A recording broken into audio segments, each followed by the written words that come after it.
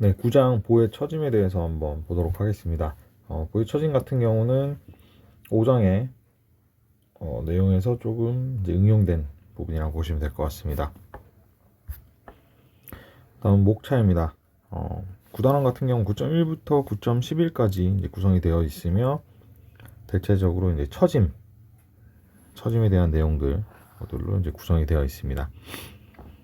그래서 이제 이런 문제들을 풀기 위해서 중첩법이라든가 모멘트 면적법 이런 것들을 활용해서 처짐에 대해서 알아볼 수가 있으며 이외에도 이제 온도 효과 이런 것들에 대해서도 알아보도록 하겠습니다. 그래서 이번 단원 같은 경우는 이제 주로 보의 처짐, 즉 이 처짐 값에 대해서 어떤 식으로 계산을 하는지에 대해서 바라보는 부분이 되겠습니다. 네, 9.2 단원은 처짐 곡선의 이제 미분 방정식에 대한 부분이 되겠습니다.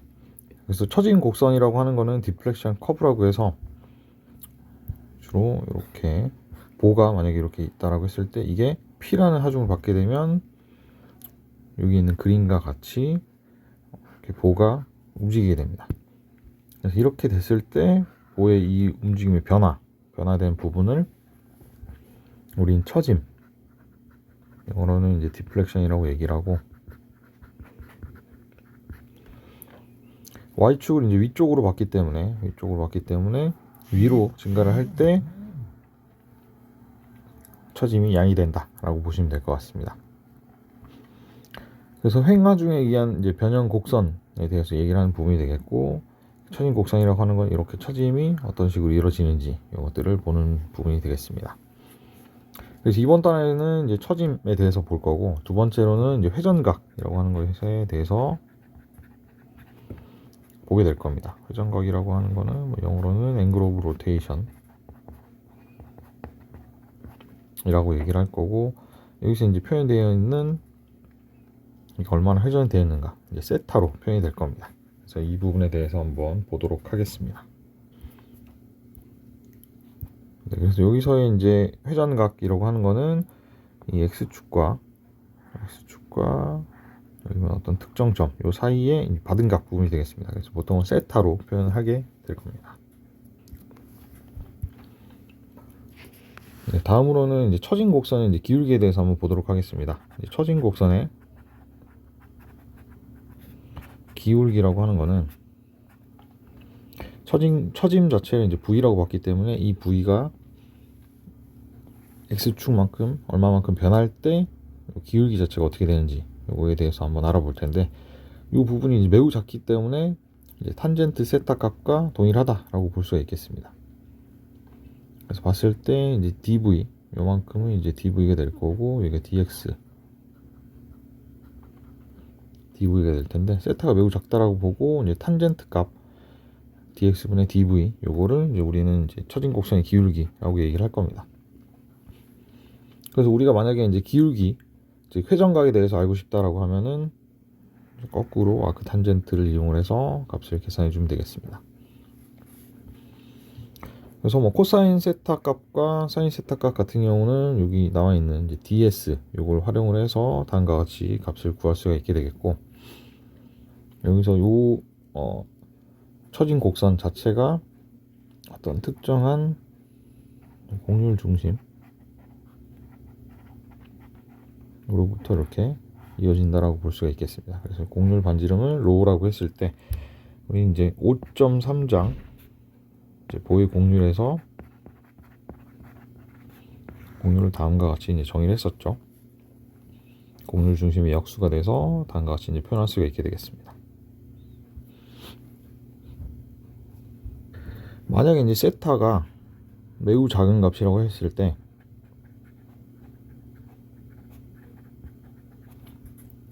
요게 작게 되면은 dx라고 하는 것과 ds라는 게 거의 동일해지기 때문에 5.3장에서도 얘기를 했었는데, 카파에서 ds 대신에 이제 이걸 dx라고 볼 수가 있게 되겠습니다. 그리고 세타가 작을 때는 탄젠트 세타 값이 세타와 거의 동일해지기 때문에 요것과 요 두 수식을 활용을 해서 카파라고 하는 거를 다음과 같이 함수화시켜서 변화시킬 수 있게 되겠습니다. 그래서 이 수식 같은 경우는 이제 곡률과 처짐 간의 관계식이라고 보실 수 있겠으며, 만약에 보해 재료가 이제 선형 탄성이 되는 경우, 즉 이제 후계 옵식을 사용할 수 있게 된다라고 했을 때는 다음과 같이 이제 굽힘 모멘트를 활용을 해서 굽힘 모멘트와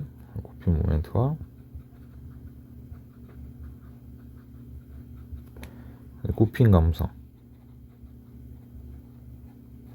이걸 활용해서 수식을 이것과 같이 이렇게 변형시킬 수가 있게 되겠습니다. 그래서 앞서 봤었던 처짐에 대한 2차 미분값과 굽힘 모멘트에 대한 이것을 동일하게 값을 봤을 때 다음과 같이 수식을 표현할 수 있게 되겠으며, 이게 처진 곡선에 대한 이제 미분 방정식이 되겠습니다.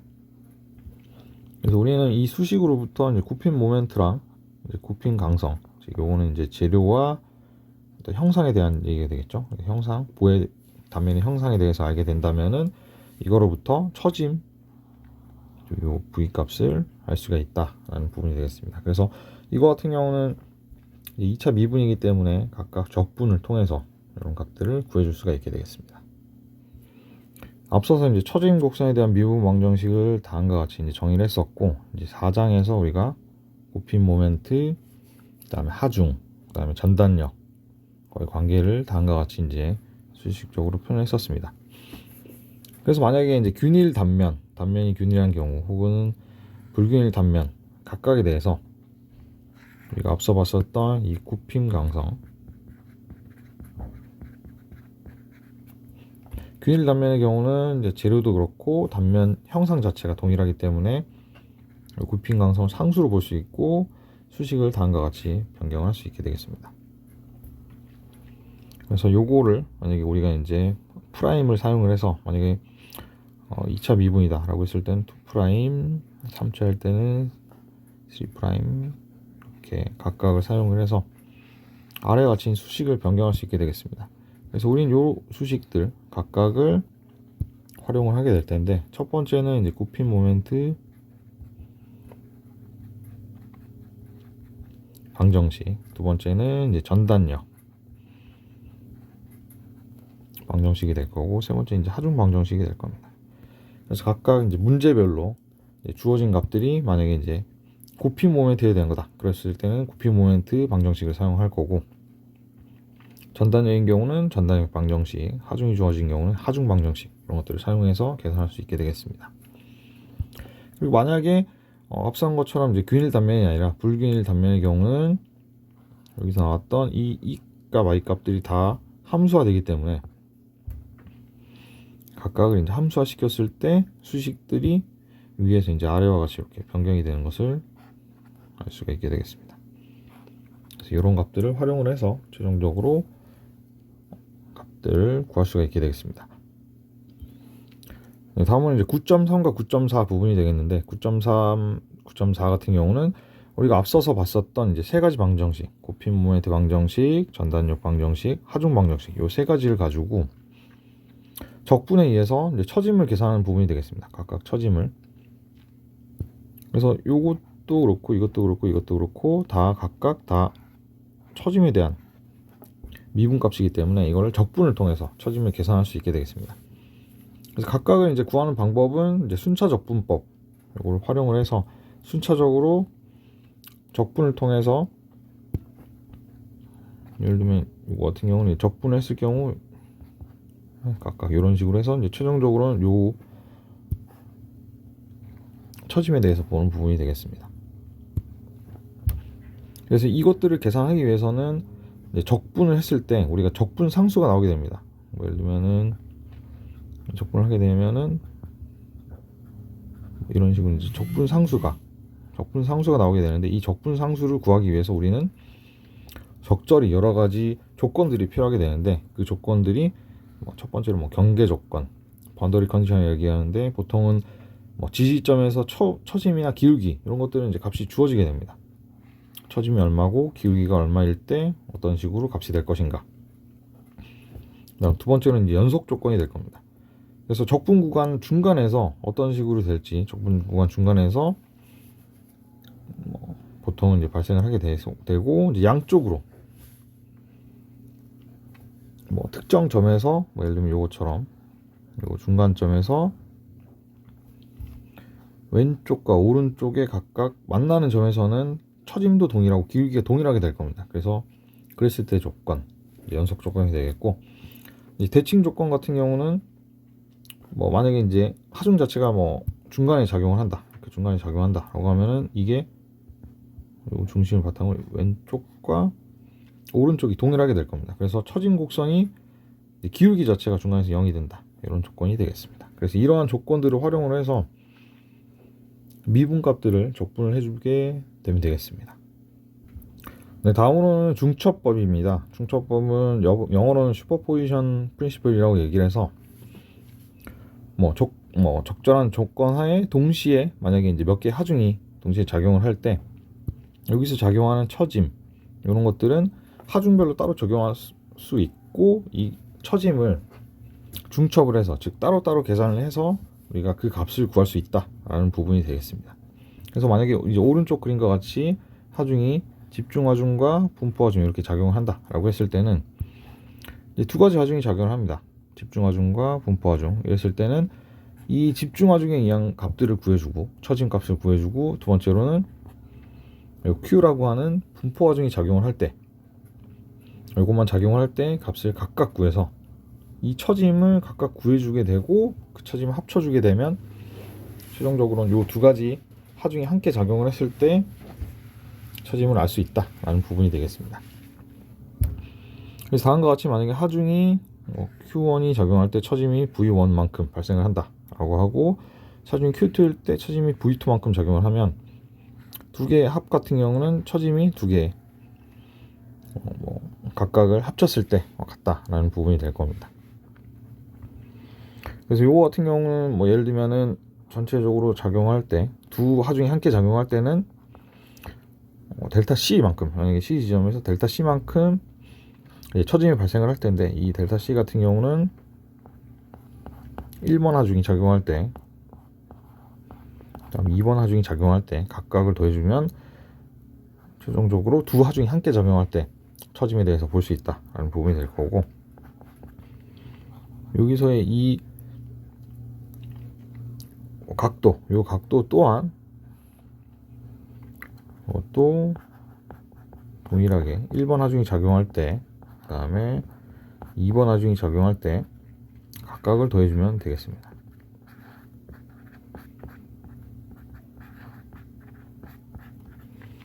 이렇게 중첩법을 사용할 수 있을 때는 다음과 같이 이제 선형 시스템에서만 적용이 가능하게 되겠습니다.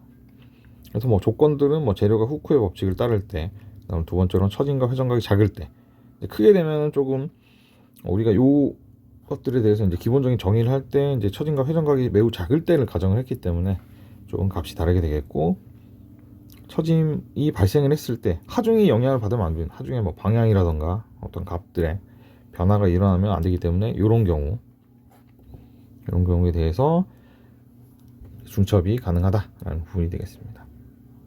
다음으로는 이제 모멘트 면적법에 대해서 한번 보도록 하겠습니다.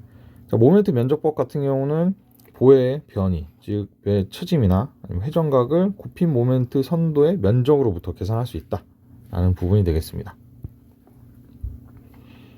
그래서 처짐각, 첫 번째는 이제 처짐이 되겠고, 두 번째는 이제 회전각. 이거를 이제 굽힌 모멘트 선도로부터 알 수가 있다라는 부분이 되겠습니다. 그래서 이거 같은 경우는 모멘트 면적의 1정리, 2정리라고 해서 각각 회전각 부분과 이제 처짐에 대해서 각각 값을 볼 수가 있게 되겠습니다. 네, 만약에 여기서 보는 M1과 M2 사이에 처짐각에 대해서 한번 보도록 하겠습니다. 이 처짐각 같은 경우는 여기서 이제 처짐각, 이거 같은 경우는 사이에 이제 각도로 볼 수가 있게 되겠고, 이거 같은 경우는 어떤 특정 공률 중심을 바탕으로 각도를 구할 수가 있게 되겠습니다. 그래서 d 세타라고 하는 거는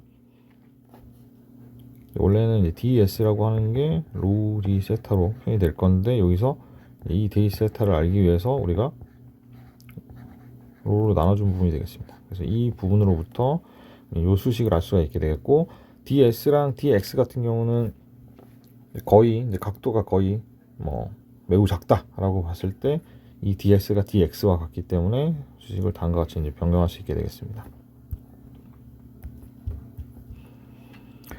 이렇게 됐을 때 우리가 로분의 1 같은 경우는, 공률 같은 경우는 다음과 같이 굽힌 모멘트와 굽힌 강성으로부터 표현할 수 있게 되겠고, 이거는 우선 부분에서 이렇게 표현할 수가 있게 되겠습니다. 그래서 이 수식으로부터 우리가 처진각을 다음과 같이 정의를 할 수가 있게 되겠습니다. 그래서 만약에 이 d세타, 우리가 이제 d세타에 대해서 알아야 되는데, 만약에 여기서 보는 이제 이 A 점과 B 지점 요 사이의 각도, 즉 A 지점의 이제 접선과 x축과의 각도를 만약에 세타 A, 그다음에 B 지점에서 각을 만약에 세타 B라고 봤을 때 요 두 개의 차이는 우리가 세타 B 슬래시 A라고 볼 수가 있게 되겠습니다. 그래서 우리는 요거를 알기 위해서, 최종적으로는 이게 알고 싶은 건데, 이걸 알기 위해서 여기서 이제 처진각의 변화를 한번 보게 된 겁니다. 그래서 이 처진각의 변화 같은 경우는 이제 dx에 대한 함수가 되기 때문에 얘에 대해서 각각 이제 좌변과 우변을 적분을 하게 돼주면 이런 식으로 값을 구할 수가 있게 되겠습니다. 세타를 전체적으로 A와 B에 대해서 이 구간에 대해서 이제 적분을 해주게 되면은 세타 B 빼기 세타 A가 될 텐데, 요게 앞서 봤었던 요 두 개의 각도의 차이. 그래서 보통은 이제 두 접선 사이의 각도라고 얘기를 하는데,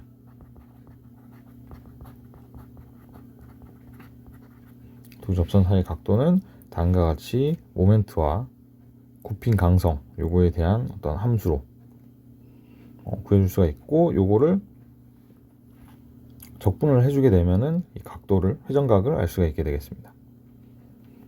그래서 만약에 이제 이거에 대해서 이제 그래프를 그릴 수가 있게 되겠는데, 이렇게 그래프를 그릴 수가 있게 되겠는데, 만약에 이제 이 i라고 하는 굽힌 강성이 뭐 동일하다, 전체 이제 보에 대해서 동일하다라고 하면은, 이거는 요거는 거의 상수화돼서 이제 모멘트, 즉 굽힌 모멘트에 대한 선도와 동일하게 됩니다. 그래서 요게 최종적으로는 이 파란색으로 친 부분에 대한 면적이 되기 때문에, 이거에 대한 이제 그래프 면적이 되기 때문에,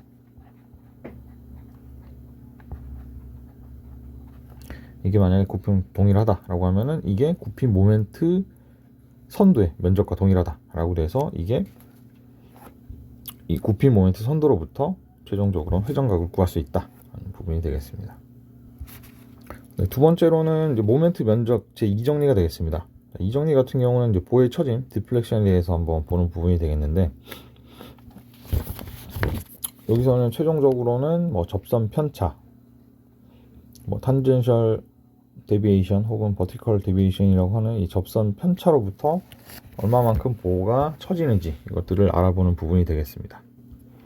그래서 접선 편차 같은 경우는 어떤 뭐 특정 점들, 여기 같은 경우 뭐 A점, B점 요거에 대해서 각각 접선과 접선이 있을 때 이 접선 간의 수직거리가 되겠습니다. 그래서 이 수직거리에 대한 편차를 보통 이제 구하게 되겠는데, 이거를 알기 위해서 중간 부분, 예를 들면 M1, M2라고 해서 이 가운데 부분에 대해서, 미세한 부분에 대해서 한번 보도록 하겠습니다.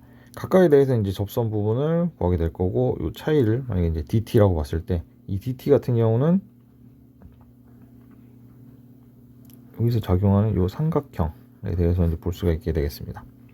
그래서 만약 삼각형에 대해서 볼 수가 있는데, 거의 이제 DT라고 하는 게 X1이라고 하는 이 끝점에서부터 M2까지의 이제 거리가 되겠는데, 이 X1의 D세타만큼 곱해줬을 때 값이 DT라고 볼 수가 있게 되겠습니다. 자, 이랬을 때 이제 D세타라고 하는 거는 앞선 부분에서 이제 EI분의 MDX라고 표현할 수가 있게 되겠고, 자, 이거로부터 우리가 이제 DT 대신에 이 DT를 이제 적분, 적분해서 우리가 알고 싶어하는 A 구간부터 B 구간 요 접선 편차에 대해서 보고 싶을 때 이거 같은 경우는 각각은 이제 적분해 주면 되겠습니다. 이것도 적분. 그랬을 때 요거는 x1 곱하기 곱힌 모멘트 나누기 이제 곱힌 강성 부분이 돼서 요거 같은 경우는 이렇게 이제 1차 모멘트가 되겠습니다. 그래서 이 모멘트 값, 즉 이제 곱힌 모멘트 선도에 대해서 뭐 요 면적으로부터 이제 구할 수가 있게 되겠는데 이거와 요 거리 간의 어떤 관계식으로부터 이제 모멘트 값에 대한 값으로 우리는 이제 보의 처짐 값을 알 수가 있게 되겠습니다.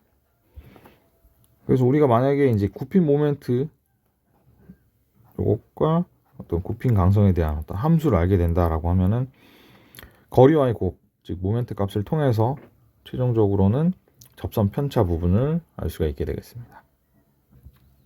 네, 마지막으로는 이제 온도 효과에 대해서 한번 보도록 하겠습니다. 우리 같은 경우는 기존에 이제 균일한 온도 변화에 대해서 다음과 같은 수식을 바탕으로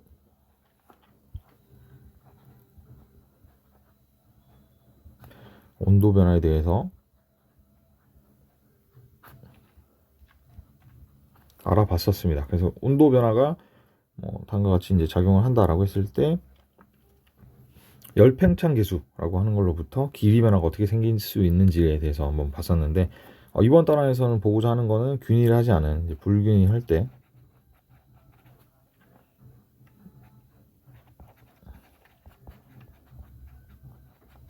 불균일한 온도 변화일 때 어떤 식으로 처짐이 발생을 하는지에 대해서 한번 보도록 하겠습니다. 그래서 뭐 길이 변화, 길이 방향에 대해서 이쪽 방향에 대해서 만약에 온도 차이가 발생한다라고 했을 때는 뭐 사실 처짐에 대해서는 뭐 영향이 거의 없기 때문에 우리가 알아보고자 하는 거는 이제 길이 방향이 아닌 높이 변화, 높이 방향의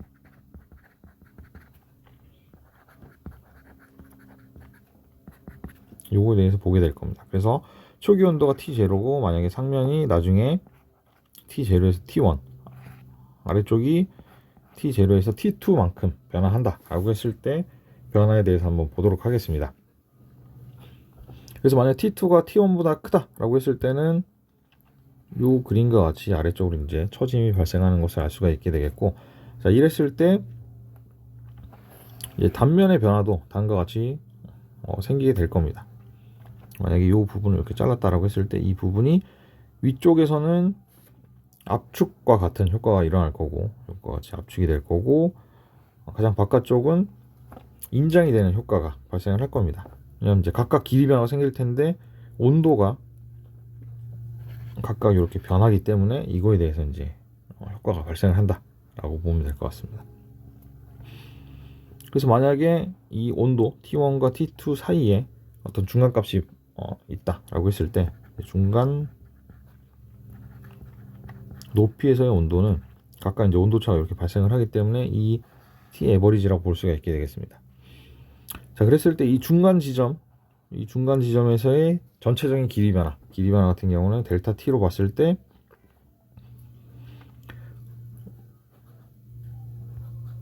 즉 온도 변화 나중에서 초기 온도만큼 이제 발생을 할 거고 이거 같은 경우는 오른쪽 수직과 같이 변화할 수 있게 되겠습니다. 자, 이거는 이제 가운데 지점에 대한 변화가 되겠고 이게 뭐 윗 지점과 요 위 지점과 아래 지점 각각에 대해서 다음과 같이 변하게 될 텐데 이 변화에 대한 효과를 보게 되는 겁니다. 그래서 각각 이제 온도 변화가 발생을 했을 때 요 그림과 같이 이렇게 처짐이 발생을 할 텐데 이 처짐에 대해서 처짐이 어떤 식으로 구할 수가 있게 되겠는지, 그래서 우리는 이 처짐 곡선 이제 미분 방정식을 알고 싶은 겁니다. 그래서 이거를 알기 위해서 우리는 이제 온도 변화에 따른 길이 변화 요거로부터 값들을 구할 수가 있게 되겠는데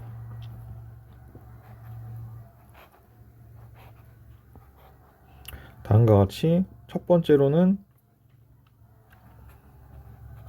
아래쪽, 위쪽. 그래서 이제 아래쪽과 위쪽에 대해서 이렇게 길이 변화가 생기게 될 텐데 이거 같은 경우는 이 전체 높이, 이 보의 전체 높이 h 대비했을 때 d세타만큼, 만약에 이제 요 길이와 요 길이만큼의 전체적인 변화가 생기기 때문에 요거에 대해서 이제 값을 구하게 되면 h d세타만큼 길이 변화가 발생을 한다라고 볼 수가 있게 되겠습니다. 그래서 이걸 만약에 이제 처진 곡선에 대한 곡률의 느낌으로 dx분의 d세타로 표현을 해서 수식을 만약에 정리하게 된다면은 이렇게 표현할 수가 있게 되겠습니다. 근데 이 처진 곡선의 곡률 같은 경우는 우리가 처진 곡선의 미분 방정식과 동일한 수식이 나오기 때문에 최종적으로는 이렇게 파란색 표시된 부분으로부터 우리는 이제 온도 변화가 발생을 했을 때 다음과 같이 처진 곡선을 구할 수가 있다라는 부분이 되겠습니다.